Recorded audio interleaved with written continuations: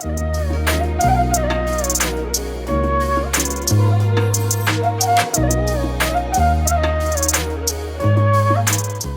शिवाय, जय माता दी।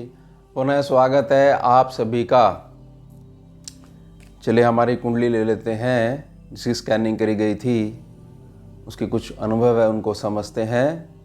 और क्योंकि हर एक कुंडली की स्कैनिंग अलग होती है, तो हर बार कुछ ना कुछ सीखने को मिलता है। ग्रहों के बारे में केवल स्कैनिंग के पैनल पे जो ऊर्जा आती है, उसी बेस पे, उसी अनुभव पे बहुत सारी चीज़ें ऐसी हैं जो सामने आती है, जो कि विशिष्ट तौर पर केवल उसी कुंडली के लिए काम कर रही होती है। और यह भी ध्यान रखा जाता है कि क्या यह विशिष्टता ग्रह की बाकी कुंडलियों में भी लागू होगी या नहीं। अब यह कुंडली देखिए, आपके सामने कुंडली है। लगन और राशि भी अब हम समझा करेंगे प्रत्येक कुंडली के साथ में। बहुत सारे लोग जो हैं मेरे अनुभव में परेशान बने रहते हैं, क्योंकि उनको यह लगता है कि मासिक जो राशि फल है, उसमें जो भी ज्योतिष के विद्वान हैं जो गणना करते हैं, गणना तो बहुत उत्तम ही करते हैं, और वो कभी भी ऐसा नहीं कहते हैं कि यह आपके बारे में बताया जा रहा है। जो भी कुंडली बनती है तो वह जो गोचर चल रहा होता है उस पर ही आधारित होती है। अब इसमें मुख्य समस्या यह आती है कि पता नहीं होने के कारण व्यक्ति जो उसका जो नाम होता है और जो राशि के वर्ण होते हैं, उससे अपने आप को जोड़ लेता है, और अज्ञानता में यह समझ लेता है कि यह इस माह में मेरे साथ होगा ही होगा, बगैर किसी परिश्रम के आधार पर कुछ मुझे करना नहीं पड़ेगा। और अगर ऐसा नहीं होता है तो ये कथन जो है बिल्कुल झूठ है। कथन बिल्कुल झूठ नहीं है। दो प्रकार से चीज़ काम करती है। सबसे पहले तो आपको अपनी चंद्र राशि पता होनी चाहिए। स्कैनिंग में भी बोलते नाम से कोई राशि नहीं है। गुण आधार पे अगर आपका नाम किसी संत भगवान ने रखा हुआ है, जिसकी दृष्टि पड़ी थी, आपके जन्म से पूर्व आपके घर आए थे, सौभाग्य था आपके घर वालों का, तो वो आपको नाम दे के गए। वो गुण आधार पे चलेगी ऊर्जा। नहीं तो जो वर्ण निकाले जाते हैं वह चंद्र राशि पे निकाले जाते हैं। तो उसके पश्चात भी मान लीजिए आपकी मेष राशि है, तो इस पूरी दुनिया में जितने मेष राशि वाले लोग हैं, जो फल बताया जा रहा है, तो उनसे भाग कर लीजिएगा। तो आप खुद ही समझ लीजिए कि आपकी निजी कुंडली की अगर जांच नहीं करी गई है और आपको यही नहीं पता है कि चंद्र राशि होती क्या है, और उसमें सामने वाला जो ज्योतिष का विद्वान है वह बार बार प्रार्थना करता है कि यह चंद्र राशि पे आधारित फल है। अगर आप इसमें और अधिक जानना चाहते हो तो आप जो है कुंडली की जांच करवाइए।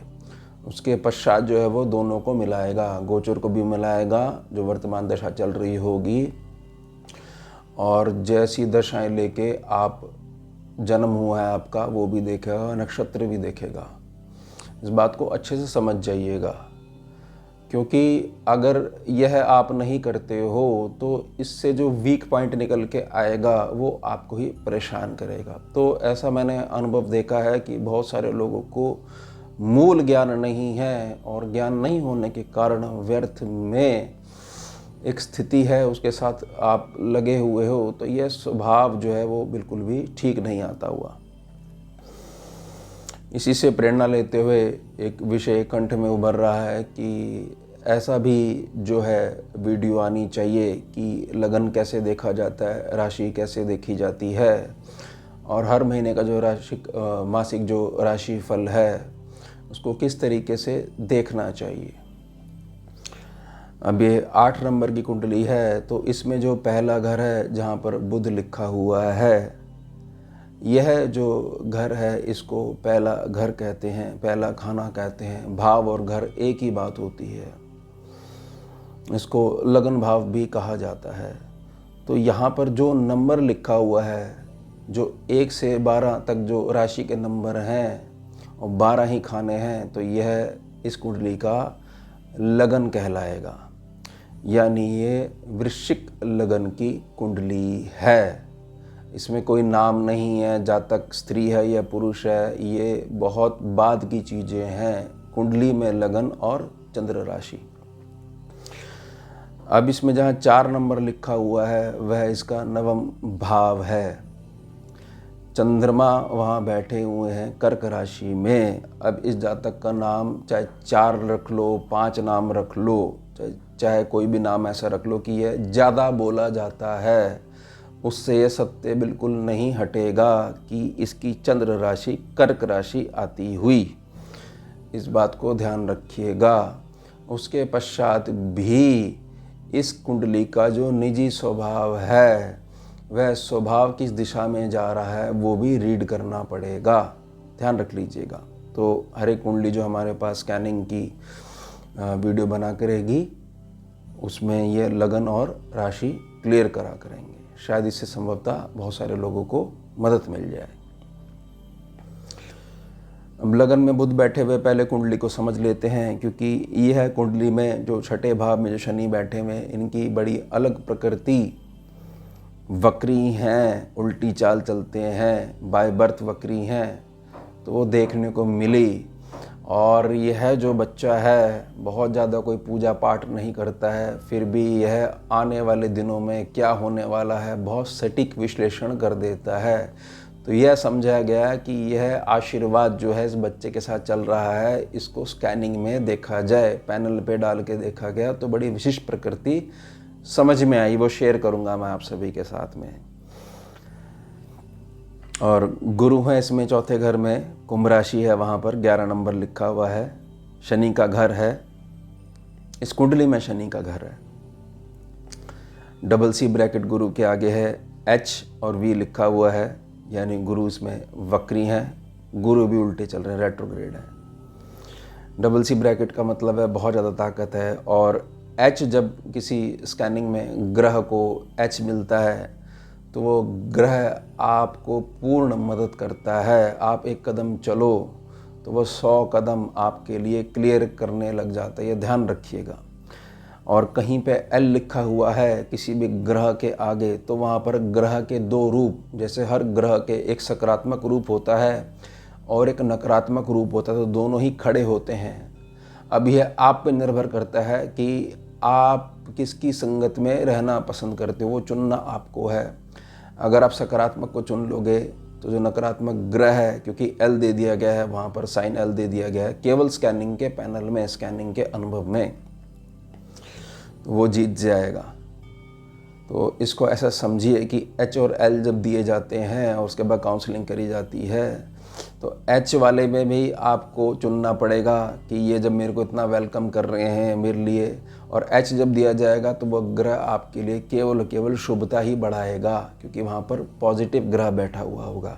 लेकिन जहाँ पर L आ जाएगा वहाँ पॉजिटिव और नेगेटिव दोनों बैठे हुए होंगे और इस बात की प्रतीक्षा करेंगे कि आप जातक जो आप हो वो किसका चुनाव करते हो, पॉजिटिव वाले ग्रह की आदतों को अपनाते हो या नेगेटिव वाले ग्रह की आदतों को अपनाते हो। और जिसको अपना लोगे फिर वही आपसे जुड़ जाएगा और वही फल देगा। तब तक वो पॉजिटिव इंतज़ार करते रहेगा कि आप किसी दिन जागो और देखो कि ये मैं क्या कर रहा हूँ मेरी एक्टिविटीज़ में। इस बात का ध्यान रखिएगा। केतु बैठे हुए, केतु के आगे सिंगल ब्रैकेट दी हुई, यानी केतु जो है इसमें बहुत कम ताकत रखते हैं और मूल प्रकृति वक्री है, हमेशा वक्री रहते हैं।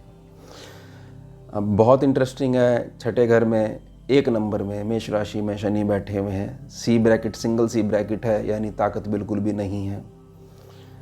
L है यहाँ पर, जैसे मैंने प्रार्थना करी L आ गया है यहाँ पर, तो यहाँ पर 2 शनि आ जाएंगे। अब जातक को चुनना है। V दिया हुआ है यानी उल्टी चाल चलते हैं, मुख आगे की तरफ है और चल पीछे रहे हैं।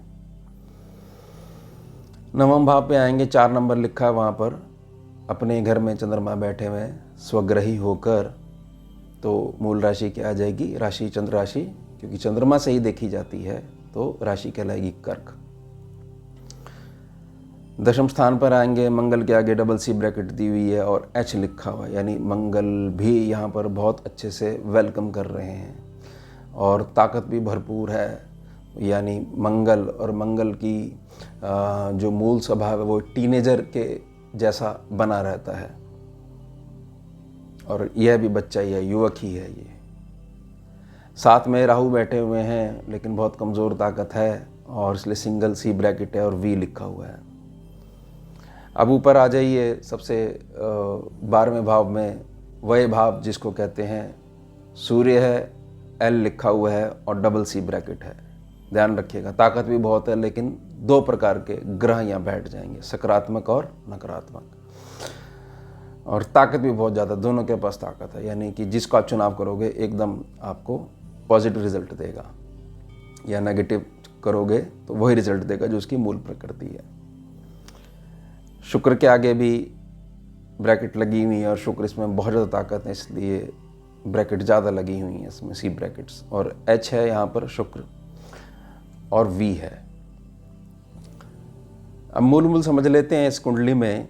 सबसे पहले तो समझेंगे कि बुध लगन में बैठा हुआ है। अब बुध यहाँ पर केवल स्कैनिंग के अनुभव में जातक को ऐसी शारीरिक ऊर्जा दे रहा है कि जातक के शरीर में थकान होती ही नहीं है। यह रीड करा गया और मिलाया गया, उनसे पूछा गया,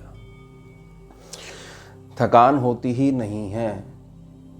अगर बच्चा खड़ा हुआ है तो खड़ा ही रहेगा, चल रहा है तो चलता ही रहेगा, वर्जिश कर रहा है तो वर्जिश करता ही रहेगा। बिल्कुल भी कहीं से भी नहीं दिखता है कि आपको थकान नहीं होती है क्या, ऐसा पूछना पड़ता है।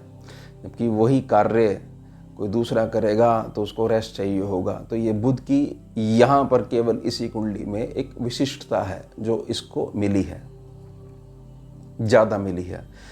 गुरु और केतु एक साथ बैठे हुए हैं, गुरु अच्छे से वेलकम कर रहे हैं, यानी कि अगर यह बच्चा जो है किसी भी प्रकार से किसी ऐसे बुजुर्ग के या एक्सपीरियंस जो व्यक्ति है, जातक है, जिसने अच्छी भली दुनिया देखी हुई है, उसके सानिध्य में अगर आ जाएगा तो यहाँ पर गुरु की ताकत भी बहुत ज़्यादा है और एच है गुरु के साथ में लगा हुआ। बेशक वी भी है, वक्री भी है, लेकिन कोई प्रभाव नहीं पड़ेगा क्योंकि कुंभ राशि में बैठे हुए हैं। और एच है तो इस वजह से केतु साथ में जो बैठे हुए बहुत ज़्यादा प्रभाव नहीं दे पाएंगे। यानी कि अगर यहाँ पर केतु की ताकत ज़्यादा होती तो बच्चा ऐसा हो सकता था कि संगत खराब होने की वजह से किसी प्रकार की प्रशासनिक जो कार्यवाही है जो कि नहीं होनी चाहिए और ना ही होगी, क्योंकि केतु की ताकत बहुत कम है। लेकिन जब इसको रीड करा गया तो बृहस्पति जो यहाँ पर गुरु बैठे हुए हैं उनकी ऊर्जा बहुत अच्छी आ रही थी और बहुत मिलनसार बच्चा है, लेकिन इसके हृदय को कोई समझ पाए, इसकी बातों को समझ पाए। घर वाले अक्सर, क्योंकि मैंने बताया ना कि इसको पता लग जाता है कि होने क्या वाला है, तो ऐसा जातक भी होना चाहिए जो इसकी हाँ में हाँ मिलाए और ये बताए कि हाँ ये ऐसे होता है। तो जब इस बच्चे से जब भेंट हुई थी तो कुछ बातें माथा देखते ही बोलनी शुरू कर दी थी। तो बच्चे का इंटरेस्ट इसलिए बन गया हमारे साथ में कि बच्चा को ये लगा कि कोई मेरी बात पे विश्वास नहीं करता है, सब लोग मेरी बातों को बहुत हल्के में लेते हैं, लेकिन मुझे नहीं पता कि मुझे ऐसे थॉट्स कहाँ से आते हैं और मैं कैसे बता पाता हूँ। उसका कारण जो है फिर हमने इसमें निकाला। अब शनि है, शनि एल है। अब छठे भाव में शनि है तो इसको समझिएगा कि दो रूप आ जाएंगे। छठे भाव में जो शनि है, किसी भी रूप में अगर आप नित्य दिनचर्या में कोई भी एक्सरसाइज करते हो, बाहर घूमने जाते हो, बाहर की जो दुनिया है उसके साथ जुड़े रहते हो, तो यहाँ पर शनि का जो पॉजिटिव रूप है वो बाहर निकल के आएगा। अगर 4 से 5 किलोमीटर अगर आप पैदल भी चलते हो तो नेगेटिव शनि कभी भी परेशान नहीं कर पाएगा, इस बात का ध्यान रखिएगा। चंद्रमा यहाँ बैठे हुए हैं। अब चंद्रमा की मूल प्रकृति यहाँ पर लागू हो जाएगी कि चंद्रमा केवल 16 दिनों तक ही अपना प्रकाश दे पाता है बहुत अच्छे से, उसके पश्चात ये नीचे जाना शुरू कर देता है, यानी अमावस्या की तरफ मुड़ जाता है। तो यही स्थिति इस बच्चे के साथ भी प्रभावी है, लेकिन ऐसा नहीं है कि चंद्रमा यहाँ कर्क राशि में बैठे हुए होंगे, स्वग्रही होकर बैठे होंगे, तो हर एक कुंडली में यह बात लागू होगी, ऐसा बिल्कुल भी नहीं है। लेकिन इस कुंडली में लागू है केवल स्कैनिंग के अनुभव में। तो 16 दिन तक जो बहुत ज़्यादा एक्साइटमेंट बनी रहती है, और उसके पश्चात जो बाकी के दिन हैं उसमें बच्चे को ऐसा लगता है कि पता नहीं क्या होगा। यहाँ पर व्यक्ति जो है, बच्चा जो है, चंद्रमा से प्रभावित है। इसका भी खैर उपाय दिया गया, जो अवधि है उसको थोड़ा सा बढ़ा दिया गया। अब 16 दिन की जो अवधि थी वो 24 से 25 दिन पे ले गए हम। 30 पे पूरी नहीं आ पाए, क्योंकि निजी संकल्प ही आपको लेके आ सकता है वहाँ पर। तभी आप ग्रह का जो प्रभाव है उससे थोड़ा सा ऊपर उठ जाते हो। प्रभाव नहीं खत्म होता है, उसके ऊर्जा क्षेत्र से आप थोड़ा सा ऊपर उठना शुरू हो जाते हो। मंगल है, मंगल की ताकत बहुत ज़्यादा है, और 10 नंबर में बैठे हुए हैं। 10 नंबर खाने में बैठे हुए हैं, भाव में बैठे हुए हैं, सिंह राशि में बैठे हुए हैं, और राहु साथ में बैठे हुए हैं। ताकत बहुत ज़्यादा है। अब यहाँ पर इस बात को समझिएगा, राहु साथ में बैठे हुए हैं तो क्या ये अंगारक योग से पीड़ित है या नहीं है? नहीं है, स्कैनिंग के पैनल पे नहीं है, क्योंकि यहाँ पर एच दिया हुआ है स्कैनिंग में। स्कैनिंग में बहुत ज़्यादा ना ऊर्जा क्लियर करी जाती है। एक रट्टा नहीं है कि भाव यहाँ बैठा हुआ, इस राशि का बैठा हुआ तो यही गणित लागू होगी। प्रारब्ध भी लेके आता है व्यक्ति अपना, हर एक व्यक्ति का प्रारब्ध होता है उसके साथ में, और ग्रहों का प्रभाव उसी प्रारब्ध के ध्यान में रखते हुए लागू होता है। प्रारब्ध में अगर लिखा हुआ है कि संघर्ष है, तो मात्र आपका ग्रह ऐसा बैठा हुआ है और आपको रीडिंग करनी नहीं आती है, तो आप गाइडेंस अच्छे से नहीं कर पाओगे। अब मंगल की ताकत बहुत ज़्यादा है, तो हमेशा क्या ध्यान रखना पड़ेगा? हमेशा यही ध्यान रखना पड़ेगा कि हमारे पास जो भी धन आएगा कर्म क्षेत्र से, उससे हमारे को, क्योंकि सिंह है यहाँ पर 5 नंबर है, हमेशा अपने बुजुर्गों, अपने पितरों, पूर्वजों का ध्यान करते हुए अन्न दान बना के रखना है, केवल इसी कुंडली के लिए। तो मंगल हमेशा अच्छे रहेंगे, और राहु सिंगल सी ब्रैकेट है, बहुत कमज़ोर है, तो कुछ विषम प्रभाव नहीं दे पाएंगे, ये आजीवन रहेगा। हाँ, गोचर जैसा होगा, व्यक्ति की आदतें जैसी होती जाएंगी और दशाएं जिस प्रकार से प्रभावी रहेंगी, तो उसमें फ़र्क आता ही आता है, लेकिन परमानेंट कोई फ़र्क नहीं आ पाएगा। मूल जो है मंगल यहाँ पर बहुत अच्छे से बने रहेंगे आजीवन। अब सूर्य और शुक्र बैठे हुए हैं, एक साथ में बैठे हुए हैं। सूर्य के साथ एल है। यहाँ थोड़ी सी स्थिति समझनी पड़ी, वह इसलिए समझनी पड़ी कि जब इनके पितरों की ब्रांच देखी गई, पूर्वजों की ब्रांच देखी गई, तो उसमें थोड़ा सा ऐसा दिखा कि जैसे कि ऐसा उदाहरण समझे कि परिवार में 4 लोग रहते हैं, तो 3 जो है एक बात पे हाँ करते हैं, और एक व्यक्ति इस बात का बुरा मान जाता है कि मेरी नहीं चलती है। तो इस प्रकार की कुछ अटके हुए पितर थे। ये एल मिलने के बाद, अधिक ताकत के बाद ये निर्णय लिया गया, तो फौरन जो है पितरों के लिए, पूर्वजों के लिए कुछ जो है स्कैनिंग पे जो उपाय निकल के आते हैं वो दिए गए। और फिर बच्चे ने खुद से ही, क्योंकि ये बच्चा बहुत सारी चीज़ें बता देता है, बता दिया कि ऐसे ऐसे कोई थे और वो बैठे थे शरीर में और निकल गए। देखिए कितनी तेज गणना है। और बच्चा कोई ऐसा नहीं है बहुत ज़्यादा पूजा पाठ या कुछ, वो सारा इसका कर्म जो है चलता आ रहा है। अब शुक्र है, शुक्र के साथ भी एच है, यानी कि इस बच्चे का जिस दिन विवाह होगा उस दिन के पश्चात ही इस बच्चे के जीवन में पूर्णता आ पाएगी, केवल कुंडली की स्कैनिंग में, और स्कैनिंग निजी रहती है। आप समझिए जो मूल बात है इस कुंडली में, जो मुझे बहुत अच्छी लगी, क्योंकि सीखने को मिला इसमें। यहाँ पर आप देखिए कि शनिदेव के पास मूल दृष्टि, जो पहली दृष्टि होती है, वह तीसरी होती है। बाकी ग्रहों में सभी जो दृष्टियाँ हैं, शनिदेव के पास भी 7वीं दृष्टि कॉमन रहती है। हर एक ग्रह के पास 7वीं दृष्टि कॉमन रहती है, शनिदेव के पास तीसरी दृष्टि भी है।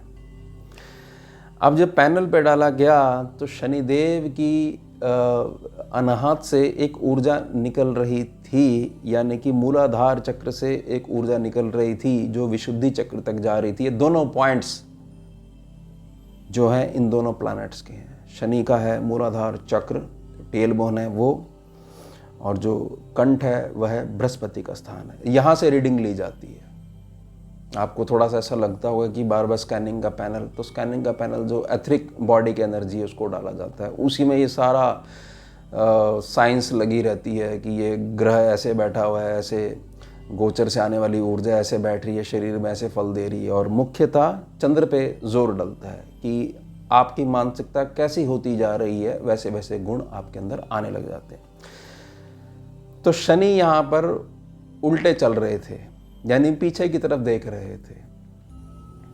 हमें भी बड़ी हैरानी हुई स्कैनिंग के पैनल पे कि ये दो जुड़ रहे हैं, ये चीज़ें ही निकल के आती हैं। बड़ा ज्ञान मिलता है स्कैनिंग में जब कोई कुंडली आती है। तो इस कारण से कैसी भी कुंडली हो, अगर शनि की दृष्टि बृहस्पति देव पे पड़ रही है और उस बच्चे का भाग्य काम नहीं कर रहा है, या उसके घर वाले शिकायत करते हैं कि पता नहीं इसका क्या होगा, तो बहुत सिंपल सी आप इसको उपाय समझ लीजिए। ये हर जगह काम करती है, लेकिन उल्टी दृष्टि जा रही है नहीं जा रही है ये तो पैनल पर डलने के पश्चात ही पता लगता है। ये हर एक कुंडली में काम नहीं करेगी। हर एक कुंडली की जो ऊर्जा है वो अलग होती है। तो थोड़ा सा बच्चे को कॉन्फिडेंस में लेकर समझाया गया, क्योंकि बच्चा तो बच्चा ही है, कि हम जैसे ईश्वर का नाम लेते हैं, पूजा पाठ करते हैं, तो इससे हमारी एनर्जी अच्छी रहती है। एनर्जी को समझाया गया, बच्चे को पूजा पाठ में नहीं डाला गया, क्योंकि वो बच्चा है और उसके मूल प्रकृति में उसको साइंस समझनी है कि इससे होता क्या, उसको लॉजिकल एक्सप्लेनेशन चाहिए। तो एक नाद क्रिया हमने बनाई हुई है, 11 नाद क्रिया बनाई हुई हैं, तो ये नाद क्रिया उसको दी गई। तो उसके पश्चात जो बच्चे की जो ताकत जो थी देखने वाली, वो ताकत बहुत ज़्यादा बढ़ गई, क्योंकि नाद है, नाद जो है साउंड से वाइब्रेशन पैदा करी जा रही है, उसकी क्रिया होती है। तो बहुत सारे छुपे हुए गुण मंथन क्रिया होती है शरीर के अंदर, वो बाहर निकल के आ जाते हैं। तो यही इस बच्चे के साथ हुआ, और इस कुंडली में जैसे बृहस्पति को ताकत मिली, तो बृहस्पति ने लगभग सारी कुंडली कवर कर ली। बहुत ध्यान से समझेगा इसमें। लेकिन ये ऐसा क्यों हो रहा है? यह केवल शनि के कारण हो रहा है। आने वाले समय में बच्चा थोड़ा सा बड़ा हो जाएगा तो शनि को बल दिया जाएगा, क्योंकि शनि के आगे सिंगल सी ब्रैकेट है और एल लगा हुआ है। यानी बच्चे को भगवान शनिदेव के बारे में समझाया जाएगा कि आपका कर्म आपको नहीं छोड़ेगा, इसलिए कोई भी हमें ऐसा कार्य नहीं करना है जिससे हमारे माता पिता का समाज में अपमान हो, और हमारे को वह जो कर्म है आने वाले समय में पीड़ा पहुंचाए। अगर हमारे को कोई मार्ग नहीं मिल रहा है तो हमारे को कोई भी अवस्था आकर क्यों ना खड़ी हो जाए, हमें कोई भी गलत आचरण अपने व्यवहार में शामिल नहीं करना है, बल्कि हमारे को हमेशा पॉजिटिविटी बना के रखनी है। यह मैंने बच्चे के साथ बैठकर उसको पिला दी घुट्टी। और क्योंकि बच्चे को बहुत ज़्यादा वो था कि देखो ये मेरी बात को समझ रहे हैं, बता रहे हैं, तो बच्चे ने बहुत ज़्यादा इस बात को समझा। मैंने इस बच्चे को कोई बहुत ज़्यादा कोई पूजा पाठ नहीं बताई, केवल ऊर्जा समझाने का प्रयास करा, या ऐसा समझ लीजिए कि प्रारब्ध था, ऐसा होना था और माध्यम किसी न किसी को बनना था। और उसके पश्चात जब ये पैनल पे कुंडली डाली गई तो बच्चा बहुत ज़्यादा भविष्य को लेके चिंतित दिखाई दिया। फिर माता पिता से भेंट हुई तो माता पिता ने बहुत ज़्यादा वेलकम करा कि आप आते रहा करो, और हम आपसे ही प्रार्थना कर दिया करेंगे कि कोई बात अगर ये बच्चा नहीं सुनता है तो आप कह दिया करो, फिर ये आपकी बात नहीं काटता है। देखिए कितना बच्चे के अंदर गुण थे। और इससे पहले जो बच्चे का व्यवहार था वो थोड़ा सा ऐसा व्यवहार था विषम, क्योंकि वो बच्चा अंदर से परेशान था, बहुत सारे चीज़ें उसके साथ हो रही थी, उसका जवाब नहीं मिल पा रहा था। तो ईश्वर की कृपा हुई, महादेव की कृपा हुई, तो उस बच्चे से भेंट हुई, और आने वाले समय में भी यह बच्चा बिल्कुल ठीक रहेगा। लेकिन पूर्ण लाभ जब इनकी बहू रानी आ जाएंगी उनका सीधा पैर पड़ेगा तभी मिल पाएगा। यह शुक्र की कंडीशन है, यही इनके प्रारब्ध का हिस्सा है। तो ये थी हमारी कुंडली। अब मिलते हैं आपसे अगले भाग में नई कुंडली के साथ। जुड़िए और जोड़िए। ओम शिवा जय।